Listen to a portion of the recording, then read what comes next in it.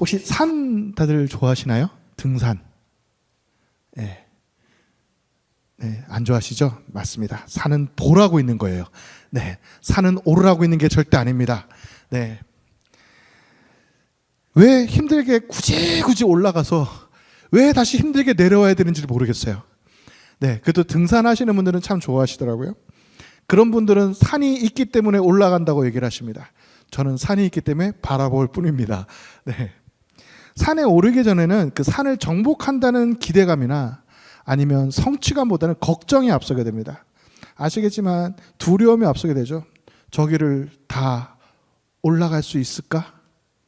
너무 가파르진 않을까? 너무 힘들진 않을까?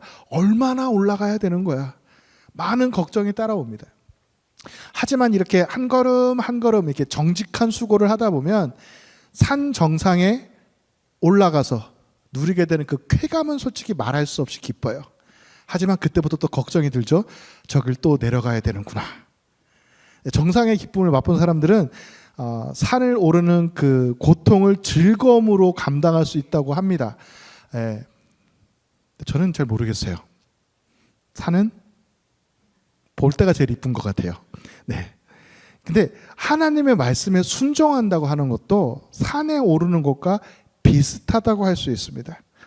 하나님께서 말씀을 통해서 우리에게 가르쳐 주실 때 우리는 나 자신을 버리고 하나님의 순종하게 되는 것이 때로는 힘들기도 하고 고통스럽고 또 순종 이후에 은혜와 복이 산 정상에서 느껴지는 그 어떤 성취감보다 높기 때문에 좋기 때문에 우리가 그 말씀에 순종하게 되고 그 순종의 비밀을 아는 사람들은 계속해서 산에 오르듯이 순종할 수밖에 없게 만들어주는 것이죠. 하나님의 말씀은 우리를 바르게 고쳐주시고 또 그 말씀을 한번 경험한 사람은 하나님을 더욱 사랑하게 되고 말씀에 더욱 순종하게 됩니다. 오늘 우리가 말씀의 은혜에 대해서 함께 나눠보고자 하는데 첫 번째 말씀은 우리의 잘못된 행실을 바로잡아 줍니다. 오늘의 말씀 시편의 저자를 보면 이 사람이 원래부터 하나님의 말씀을 잘 듣는 사람은 아니었어요. 원래부터 하나님 말씀에 잘 순종하는 사람은 아니었습니다. 이 사람은 원래 하나님의 뜻과는 정반대로 가는 사람이었습니다. 함께 말씀 보시겠습니다.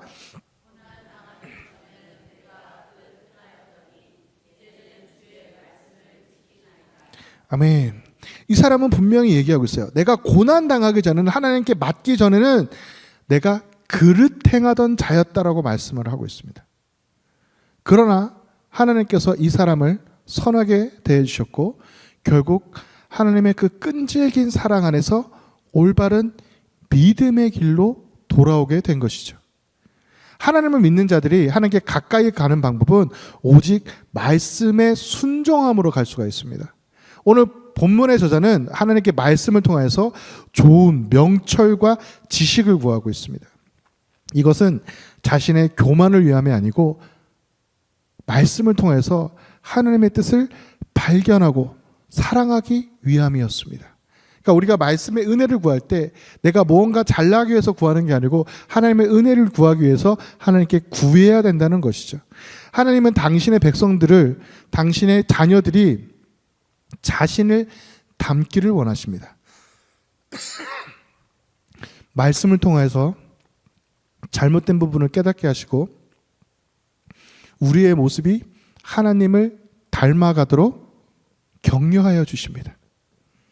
이것은 날마다 하나님을 닮아가도록 그 말씀을 사랑하며 또 기도함으로 하나님께 간구할 때 가능하여 지는 것입니다.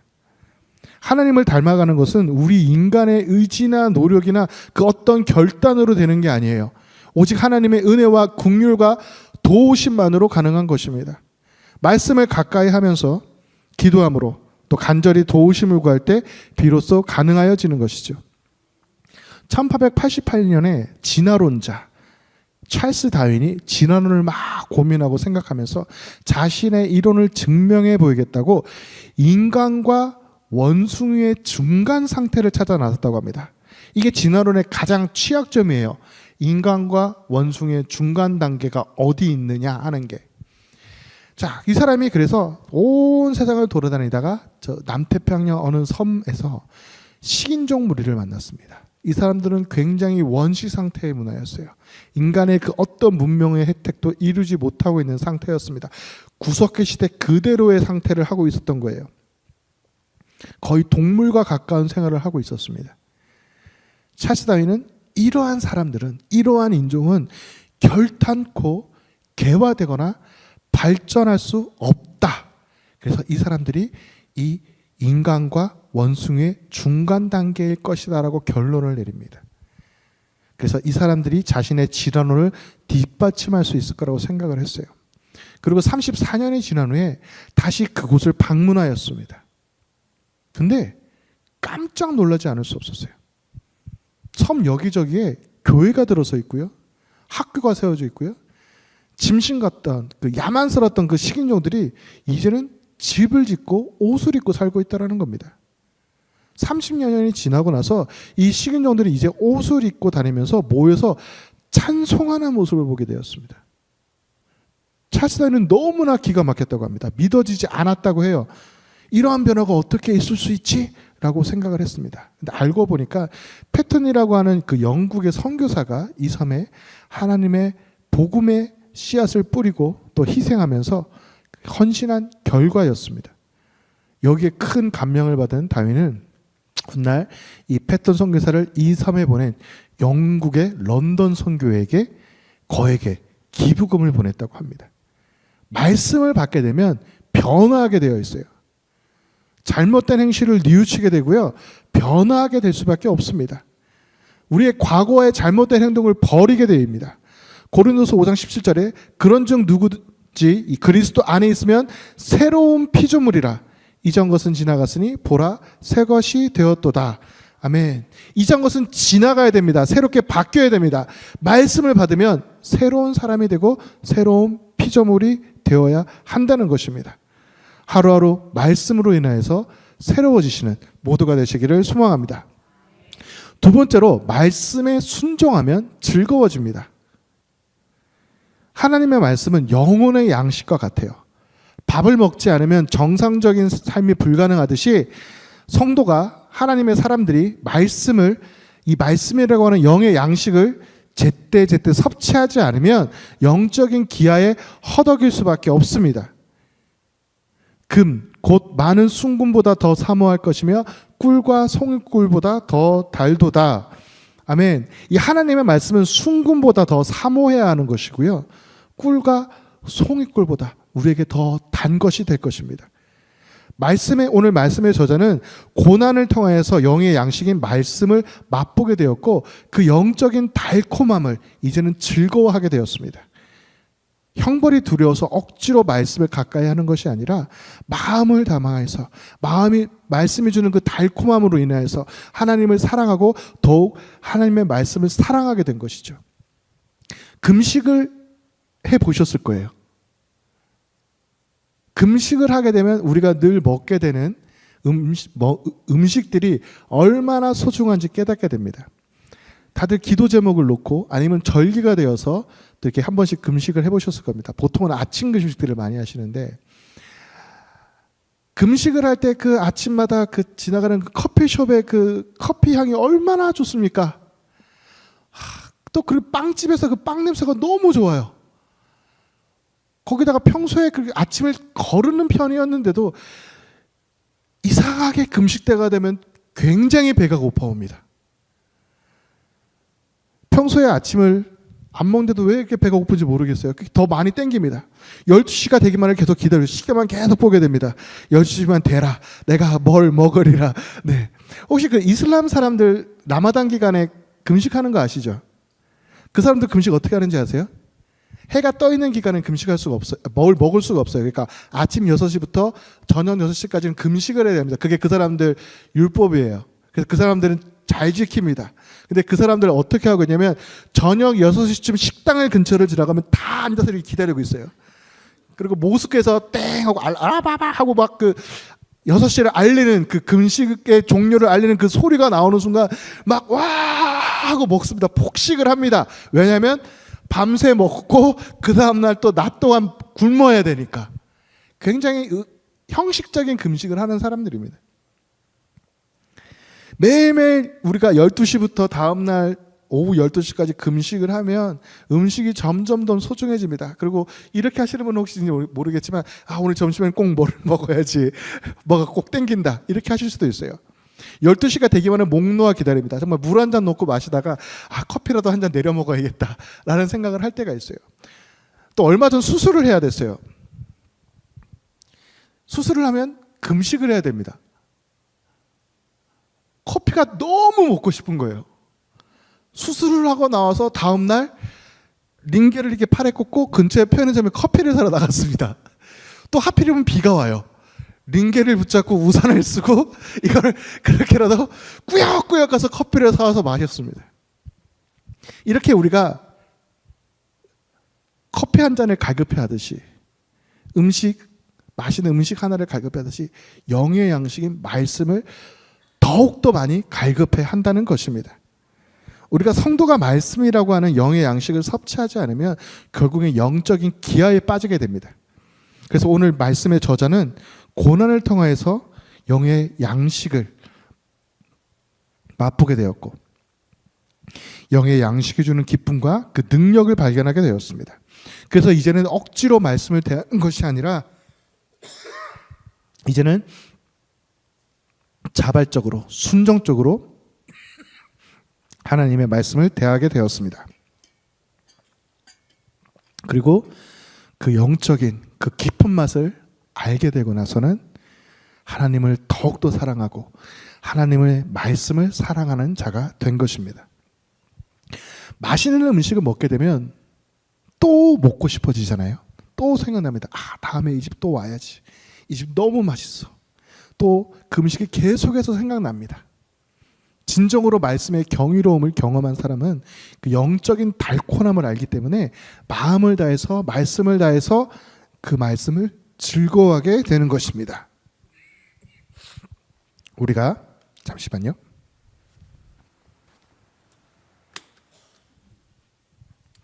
네, 우리가 말씀을 읽고 말씀을 묵상하고 말씀을 이해하고 말씀에 순종하게 되면 즐거워지게 됩니다. 말씀을 읽는 시간이 즐거워지고 말씀을 묵상하는 시간이 즐거워지게 됩니다.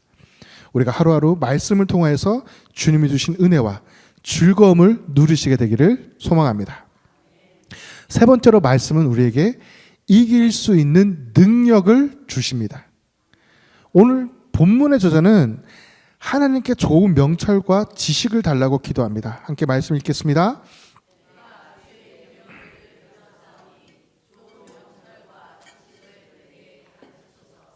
아멘. 명철과 지식을 가르쳐달라고 말씀을 하고 있어요. 하나님께 참과 거짓이 무엇인지, 선과 악이 무엇인지 분별할 수 있는 능력을 달라고 기도를 하고 있습니다.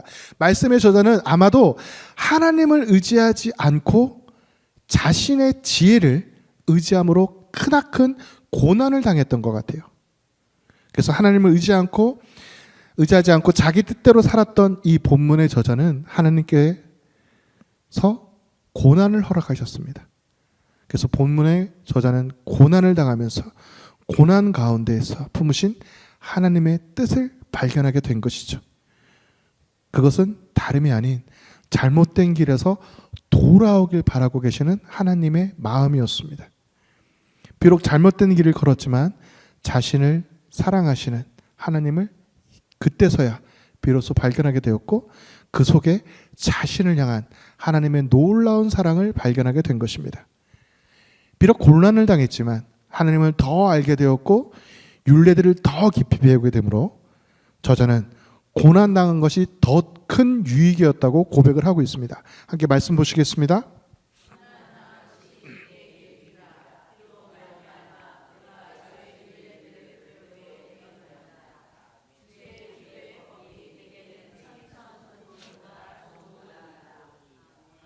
아멘. 우리가 고난을 당하게 되면 가끔씩 그 고난의 이유에 대해서 고민할 때가 있어요. 궁금해할 수도 있습니다. 왜 하나님께서 나에게 이런 고통을 주셨을까? 고난을 주셨을까? 왜 이런 시험을 주셨을까? 라고 우리가 궁금해하면서 또 어떤 때는 그 고민이, 고통이, 궁금증이 우리의 신앙의 위기로 다가올 때가 있습니다. 그러나 하나님의 말씀을 통해서 고난의 참 의미가 무엇인지 우리에게 분명하게 말씀하여 주십니다. 고난은 고난으로 끝나는 것이 아닙니다. 하나님께서는 그 하나님의 백성들이, 하나님의 사람들이 고난을 통해서 더욱 거룩하여지고 성숙하여지고 하나님을 더욱 사랑하는 자들로 세워지기를 원하시는 것입니다. 그래서 오늘 저자는 결국 고난당한 것이 내게 유익함이라 라고 고백을 합니다. 하나님의 말씀을 통해서 고난을 바라보는 새로운 영적인 안목이 생긴 동시에 고난을 믿음으로 이길 수 있는 믿음을 얻게 된 것입니다. 우리가 고난 앞에 무너지지 않고 말씀을 믿고 말씀을 의지하고 말씀을 붙들게 되면 이길 수 있는 능력을 주시고 이길 수 있는 힘을 우리에게 더하여 주실 것입니다. 여호와여 주의 백성에게 베푸시는 은혜로 나를 기억하시며 주의 구원으로 나를 돌보사. 아멘. 하나님께서는 우리를 기억하여 주시고요, 우리를 돌보아 주시는 분이십니다. 오늘 우리의 예배 가운데 임재하시는 하나님께서 우리를 돌아봐 주시고 우리를 기억하여 주시고 우리를 구원하여 주시고 우리를 돌보아 주실 것을 믿음으로 믿고 나아가시는 저와 여러분이 되시기를 소망합니다. 하나님께서는 우리에게 분명히 말씀하여 주고 계십니다. 나는 너희의 하나님이 되려고 너희를 애굽 땅에서 인도하여 낸 여호와라. 내가 거룩하니 너희도 거룩할지어다. 아멘. 하나님은 거룩한 분이시기 때문에 그분의 백성된, 또 그분의 자녀된 우리는 거룩하여야만 하는 것입니다. 자녀가 부모를 닮아가듯이 그리스도 안에서 거듭난 우리는 하나님 아버지를 닮게 되기를 소원합니다. 때문에 하나님께서는 말씀을 통해서 깨닫게 하시고 때로는 고난이라고 하는 채찍을 사용하여 주세요. 순종하는 것이 당장은 어려워 보이지만 한 번, 두 번 순종의 산봉우리를 넘다 보면 순종이 주는 기쁨과 능력을 맛보기에 우리는 즐거이 그 말씀에 순종할 수 있게 됩니다. 어떤 고난이 오더라도 하나님을 신뢰하면서 믿음으로 뛰어넘게 되는 것입니다. 하나님은 성도들을 올바른 길로 인도하기 위해서 때로는 고난을 허락하여 주십니다. 고난을 통해서 하나님의 말씀을 더욱 깊이 이해하고 그 말씀을 깨닫고 그 말씀을 즐거워하면 하나님께서 놀라운 은혜를 더하여 주실 것입니다. 말씀은 우리의 잘못된 행실을 잡아줍니다. 말씀은 우리를 가르칩니다. 잘못을 알게 하십니다. 말씀을 통하여서 우리에게 바른 길이 무엇인지 알게 하십니다. 그리고 말씀을 통해서 우리의 잘못을 돌아보게 하시고 뉘우치게 하여 주십니다. 그리고 말씀을 통해서 우리는 변화되어집니다. 그리고 말씀은 우리로 순종으로 즐거워하게 만들어줍니다. 매일매일 말씀과 함께함으로, 매일매일 하나님의 말씀을 묵상함으로, 매일매일 하나님의 말씀을 통하여 은혜를 받게 되므로, 매일매일 말씀을 통해서 하나님을 만남으로, 매일매일 우리에게 더하여 주시는 그 은혜의 말씀에 순종함으로 즐거움이 넘치게 되시는 모두가 되시기를 소망합니다. 또 말씀은 우리에게 이길 수 있는 능력을 줍니다. 말씀은 우리를 이기게 합니다. 우리에게 다가오는 그 모든 고난들을, 고통들을, 괴로움들을 이길 수 있는 능력을 줍니다. 우리에게 다가오는 그 고통들은 우리가 감당할 수 없게 느껴지지만 하나님께서는 절대로 그러지 않으세요. 하나님께서는 우리가 감당할 수 있는 고난들을 허락하십니다. 그리고 그 고난 앞에서 쓰러지지 않고 무너지지 않고 주저앉지 않고 하나님을 부르게 되면, 하나님을 붙들게 되면 그 어떤 고난이라도 이길 수 있는 능력을 더하여 주시며 승리하게 하여 주실 것입니다. 하루하루 우리에게 더하여 주시는 말씀의 은혜를 기억하면서 말씀으로 우리를 고치시는 하나님의 권능을 기대하면서 오늘도 우리에게 더해 주시는 말씀을 받아 고난을 이겨내시는, 우리를 치유하시는, 이기게 하시는 모두가 되시기를 주님의 이름으로 축원드립니다. 아멘. 기도하시겠습니다.